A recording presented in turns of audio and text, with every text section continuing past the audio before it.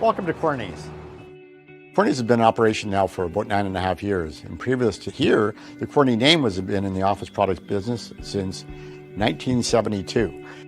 Okay, boys, let's go in to the Querney's Q&A. That was some long fantasy talk. Oh my God. Let's go into the Querney's Q&A. All right. Before we get into it, let's talk to you about this legendary family business. Serving Sudbury for over 45 years, Querney's Office Plus offers all things office and more. Querney's is locally driven, customer focused, and offer everyday low prices that are affordable and offer the best quality. Next day delivery is a guarantee. You cannot find that anywhere else, folks. Visit their store at 67 Elm, downtown Sudbury, or online at www.querneys.com. That's www.querneys.com. Go check them out. Their website is unreal. They have everything office supplies needs, man. It's wild. Whatever you want, you can get it there at a lower price than any of the big box stores. So shout out Querney's for that. All right, Querney's Q&A. Let's pull up the questions, boys. Give me a second here. Slacking on that. And the first question is going to go from Noah Blackwell. This might be a question that Tom and I can only answer. I don't know. Mace, you know one of these guys for sure. But Noah Blackwell asks, do you start a franchise with Chris Clark or Joel Mongeon as your number one D-man? Oh God, a franchise? More like who you got to bring in at the deadline. But a franchise, I would definitely have to go with Monge, just more skill. But like Clark's gotta like Monge was a good role model for like you want to build your franchise around because he's like quiet, respectful. He'll do everything in the team values. But Clark is like he'll bring in the popularity. Wild Like card, he's a wild card. Oh yeah, but yeah. he might be out 25% of the season on suspensions. So I'm going with Monge. you go almost. That is good. I don't Isn't know. Clarky a good morale guy? Like gets the room going. Yes, Oh, dude. absolutely. I sat beside him, Tyler Mackey, and Monge. It was us four on our separate bench when we played Major Midget, and Clark just got the quietest guy, which is Joel Mojo, just laughing Mace like before every game. Just everybody's so loose. Like even the coaches, like he was not afraid to like just make sure that the head coach like mumbled his speech or something before the game. He'd be like, rip on him or something. Like he's just a very like you love him on your team, but you hate playing against him because I played against him growing up, and he was like a little shit. But once you're actually in the same locker room, he's like the best. For sure, yeah. I think that's a good way to put it. Clarky's good jam. Yeah. For me, it'd be tough, but Clarky's my guy. I can't really go against Clarky. Mo's is too good though, man. Yeah, it's tough. It's tough. It's a tough call. It depends on what you want, like you said, Tom. I think you said it pretty good. Mace, you got anything on this, buddy? I only know Clarky, so I'll take the other guy. Jim. Jim, the only reason really I was saying like Monge for sure is because he'll work towards being a franchise player. Like he will bust his balls every offseason, all that. Like I'm not sure if Clarky has the endurance to go a full 20-year career, We'll have to have Clarky on. He has this unreal story about Blake Spears, Clarky's first OHL camp. It was unbelievable. I'll save it because it's a wild story. Okay, next question comes from Taylor Murphy. Thoughts on the differences between the men's and women's NCAA March Madness? For me, first off, it's nice to see that they got the women's on TV. I've never seen it on TV before. So that's the first good thing. Also, the girl from UConn, the freshman Beckers, she is sick. Like pulls up from three anywhere. Big fan of her. Tom, you got your thoughts? I think she was talking about the weight room. Yeah, sorry. I was just kind of doing a little brief thing on the women's, but the weight room fine, thing. though. Yeah. My initial thoughts is a joke. Like they're in the same tournament playing for the same trophy in a sense. I get it, the whole viewership, Jim, like the guys get more views and all that. And it's tough because they bring in the money in the sense, right? But you can't just, it looks so bad for that tournament and the NCAA to treat the girls like that, man. Like you're telling me they don't have enough money to give them something better than what they got? And they were having like NBA players call them out, dude. Like, I don't know. Like the guys almost got too much in a sense of like what they got, like the hoodies and the merch and all that shit they got too. Not just the weight room incident. Like you just see that one pic with like the hoodies and the bags and all that they got. The girls literally got like, I'm gonna say F all, which is true. They literally got a t-shirt and I think a hood, a backpack, I think. Yeah.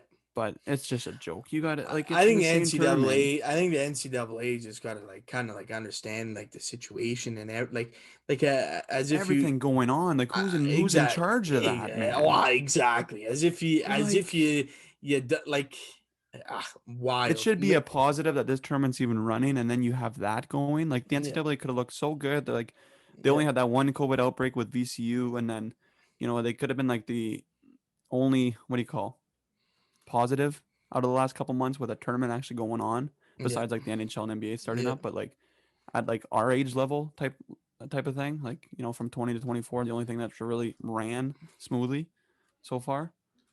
Like, and then they have that incident. I don't know. It's a tough look for They could sure. have done it better. That's all. Mace, Good you got question, though, anything? Murph. Yeah, I've been following this account on Instagram called The Gist, and they've done a really good job of kind of highlighting the women's side of the tournament as well.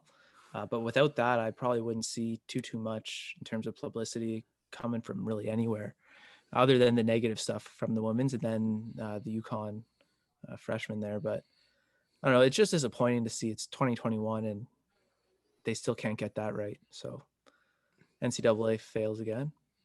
Yep. Next question comes from arguably Mason's all-time caddy, Ethan Bronichewski. This one's for Mason. What are your expectations for this year's ID Cup? Well, Bronner, if you're on the bag, I'm expecting to go back to back. Step Bro still flirting with the idea of coming back, so I could get him back as a partner, but it is still all up to chance. But no, I've been prepping. I've been in the gym a little bit more, mainly stretching. Oh shit! But the flexibility is going to be there. I'm excited. I was chipping around the basement today. I have the feel for it. So, Bronner, we're going to the moon this summer. Love it, love it. Bronner was an electric factory all summer. He is a game changer, absolute for game sure. changer. Did you guys know I coached him? Did you guys know that, man? Yeah, I knew. Yeah. He's a cool dude, man. All right, next question. Jonathan Zanini asks, other than the ID, what's your favorite course in Sudbury? Lively, yeah. Jim? Stonehill. No, it's not Lively. I can't say it's Lively. Old Chemmy. I love Old Chemmy. Man. That's a good answer, though, Chim. I love Old Chemmy. Have you ever played the tips from there, Chim? It's like wild. 600 yards par 5, man. It's wild. A 90-degree, no, it's like 180-degree par 5. I love. Chim, we had our minor midget team there. Yeah. No. Yeah, our minor midget team? Yeah. Who was my foursome? I think it was... No. Was it minor midget? What if I was with folk, though? Major midget, maybe? First year major midget. Yeah. I don't know, maybe second year, but it was me, Kev, Folk, and my dad as the foursome in a 4-man scramble for like the fundraiser for hockey for the upcoming year. That course is sick. Number one's a gorgeous hole because you put your ball right in that gully area, and then you have like a kind of like a blind shot to the green. Mm-hmm. Not really blind shotted, but if you're in that little gully, you can't really see where you're going. Mm-hmm. But just there's that one, I think 3 or 4 L where you completely can't even see the green. Yeah. You're asking if like the first time playing there, you're asking so many questions. Yeah. I went with Clarky. He showed me the way because I would have been lost. All right. Next question comes from Tyler Bertuzzi. Bertuzzi 17 asks your favorite hole at the ID. I think we've answered this before, but just to see if we got any updates on that. I really hope he's listening because I DM'd him on Insta. No answer for his birthday, but we'll leave it at that. I'll make sure to to put that in the intro if I ever do the intro for Bert, but I don't think I will. But anyways, favorite hole, I'm gonna say 2. I think I've already answered this, but if my answer changed, I'm gonna go with hole 2. Mace, I'm gonna go with 14 today. I don't know. I've been visualizing the tee shot. It is a beautiful tee shot. My money tee shot. It's insane. 14 is a that's gonna be my hole hole in one hole. So I'm gonna say it's my favorite hole. Just calling it into calling existence. it. Yeah. Jim, this before summer. you answer though, I'm just so excited to golf more with Mace this year. I feel like we're just gonna have to play more rounds now that this podcast is going. And Oh, especially with my Mace, right-handed swing. your right-handed swing, but you're gonna see my wrist in motion, and nothing more pisses off Jim than seeing my wrist in motion, baby. Just I rolling in remember my 10 first footers. round with Tom. No, no, I wasn't even playing with you. I think You're I was just watching. watching you and Jacko and Steve. Steve loves Jacko so much. Yeah. Oh, Steven stays like just far enough not to get hit by the golf club, but he's right beside Jacko all the time. Yeah. Yeah. Jim, your hole? I like. Oh, I don't know. I'll go. It's one of the part. It's either it's a toss up between 1 and 12. 1, the opening tee shots just gorgeous, in front of the clubhouse. Just a great start off hole. And 12, you just licking your chops on it if the wind's down. So yeah, thanks for the question, Bert. And that's gonna do it for the Querney's Q&A. Also, if we didn't answer your question, we eventually should get to it. If not, don't worry, your names will be entered into the Querney's Q&A draw. We won't have a draw at the end of the month for this one because we just started this thing. We're going to do it combined March at the end of March and April together. So April next month, be on the lookout for the giveaway draw. Okay, let's go